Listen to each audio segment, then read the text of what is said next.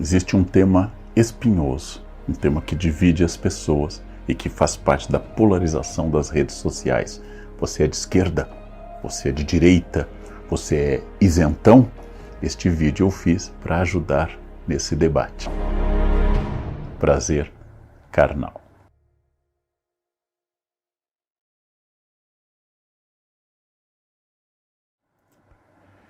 Existe um tema muito complexo que é de difícil delimitação. Quando eu digo que alguém é liberal, isso tem um significado na Europa do século XIX e tem outro significado nos Estados Unidos de 2022. Quando eu digo que alguém é de esquerda, o significado é distinto em Cuba do que é, por exemplo, na França. Mas eu preciso recuperar então a origem, sou historiador, e esta origem é a Revolução Francesa. Em 1789, o rei havia convocado no ano anterior Estados Gerais. Os Estados Gerais deveriam discutir a grande crise financeira da nação francesa. Luís XVI abriu em maio os Estados Gerais com deputados dos 3 estados, ou seja, do clero, da nobreza e do povo.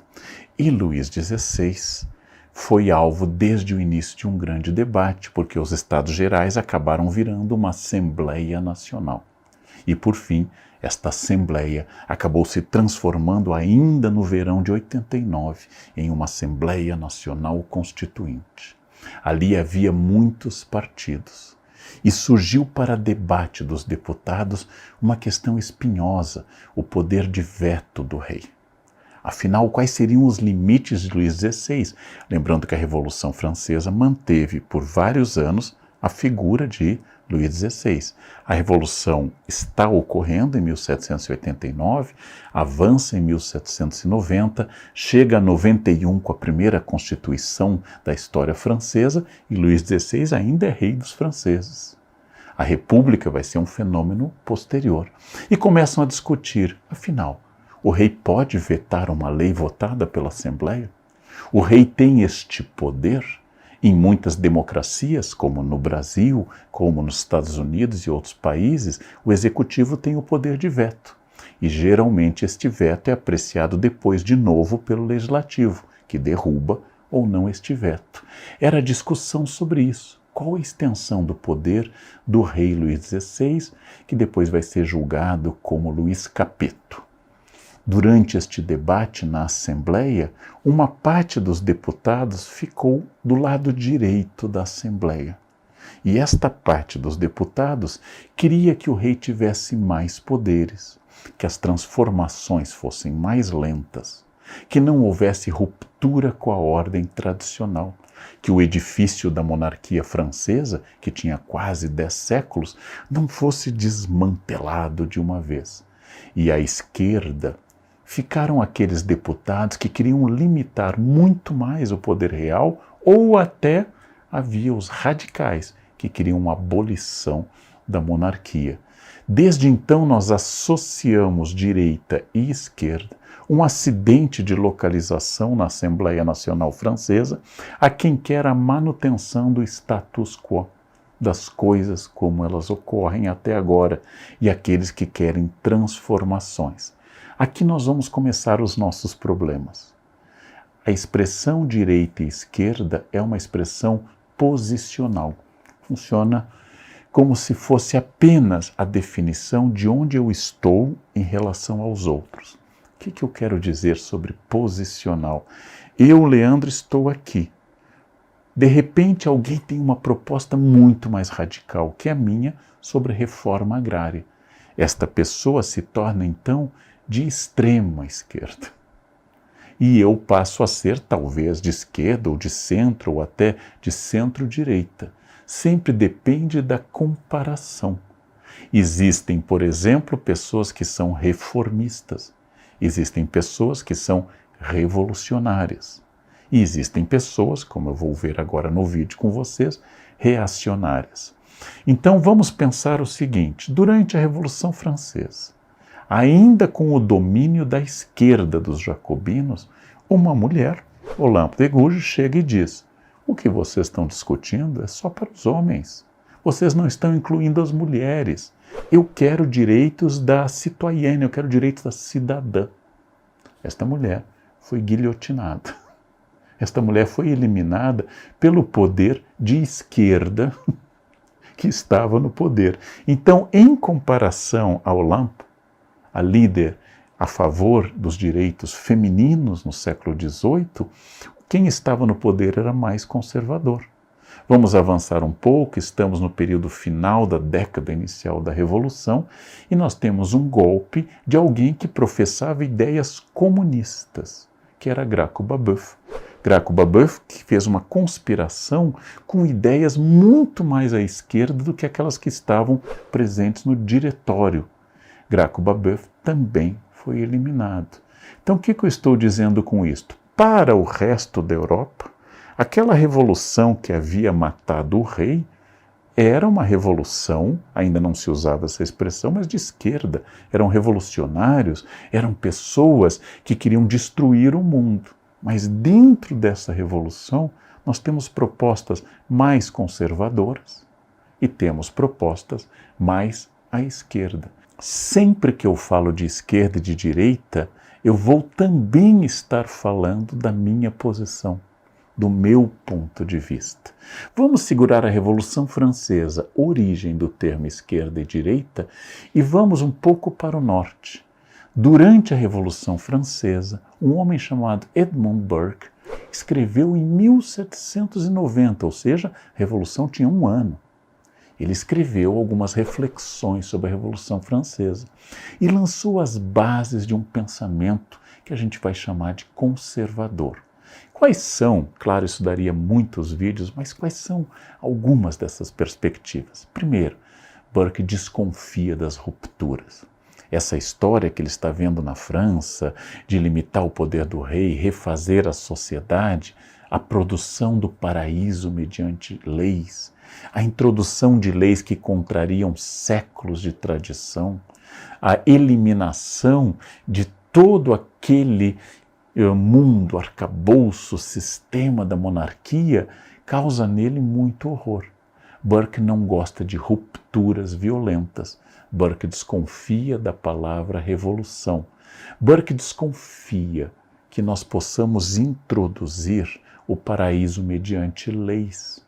Não adianta eu implementar uma lei dizendo que todos são iguais, porque as pessoas vêm de um mundo desigual e elas vão ter dificuldade em se adaptar e essa dificuldade vai causar mais problemas do que soluções. Burke desconfia da perfectibilidade humana, ou seja, que a gente possa atingir o paraíso. Burke acha que o ser humano é estruturalmente problemático e a grande função do Estado não é produzir o paraíso, mas, grosso modo, evitar o inferno. Burke vai dizer, por exemplo, que eu estou em um momento histórico, eu tenho compromisso com o passado que me trouxe até aqui e com o futuro que vai se originar daqui por diante. Por isso que Burke vai ser contra qualquer ruptura que ignore o passado. E vai dizer que eu não tenho o direito de recriar o mundo à minha imagem, porque eu tenho um compromisso com as gerações do futuro. Burke desconfia do Estado como agente dessas transformações. E Burke desconfia abertamente desse caráter de instaurar tudo de bom simplesmente porque a lei tem boas intenções. Burke fala de uma mudança lenta e diz, conservando o que há de melhor no passado, reformando o que estiver ruim e produzindo algo melhor a partir daquilo que eu recebi, a partir das instituições que eu recebi, sem romper por completo. Esta seria a posição inicial de um conservador. Mas vamos distinguir imediatamente, porque a Revolução Francesa também fez surgir, especialmente a partir de 1815, ou seja, da queda definitiva de Napoleão Bonaparte, a Revolução Francesa fez surgir uma onda reacionária. Vamos fazer a distinção. Os reacionários não são os conservadores de Burke. Os reacionários são como o pensador francês Joseph de Maistre, que vai achar que o passado era perfeito. O passado continha o paraíso. O passado é aquilo que nós devemos voltar. O passado é o antigo regime, é a sociedade da ordem. Então, qualquer pessoa que diga, naquela época, tudo era perfeito e hoje nós estamos mal, está idealizando o passado. E, como tal, tem uma chance muito grande de ser um reacionário. O conservador não idealiza o passado, mas também não idealiza o futuro, como em geral o revolucionário, especialmente de esquerda, vai fazer, dizendo: se nós fizermos leis X e Y, se nós eliminarmos tais e tais instituições injustas, vai ser instaurado o paraíso, que pode ser, por exemplo, o comunismo. O comunismo tem muitas definições, nós veremos em vídeos em breve. O comunismo será o paraíso na Terra. Quem idealiza o futuro quase sempre está ligado a uma posição revolucionária de esquerda. Quem idealiza o passado quase sempre está ligado a uma posição reacionária. Esta posição no futuro vai começar a ser chamada de direita. Não era assim na Revolução Francesa, mas essa posição começará a ser chamada de direita. Vamos fazer a América grande outra vez. Lembra desse lema? Este lema foi usado como uma ideia de que no passado, nós, Estados Unidos, tínhamos o poder total, o mundo nos temia, nós éramos uma civilização livre, e a decadência, e os liberais, e os revolucionários foram decaindo e foram surgindo novidades, e nós chegamos a essa situação. Vamos fazer a América grande outra vez. Quase sempre este lema caracteriza um reacionário. Então, o que eu falei até aqui, porque o tema é vastíssimo? Surge na Revolução Francesa a expressão esquerda e direita, em função específica dos debates na Assembleia Francesa. Na Revolução Francesa, sabemos que dominou durante um período, por exemplo, o grupo jacobino, e este grupo era identificado com a chamada esquerda, adepta de mudanças mais radicais para a sociedade francesa, como a república, o voto e assim por diante. Este grupo naturalmente não era coeso, porque dentro dessa esquerda havia outros revolucionários mais radicais e menos radicais. Na Inglaterra surge o pensamento de Burke sobre a Revolução Francesa, que vai caracterizar o pensamento conservador. Na França, pós-1815 e na Europa em geral, surgem, especialmente com a memória da Revolução, reacionários. Pessoas que, diferente da esquerda e diferente da direita conservadora, vão dizer que existe um mundo perfeito lá atrás.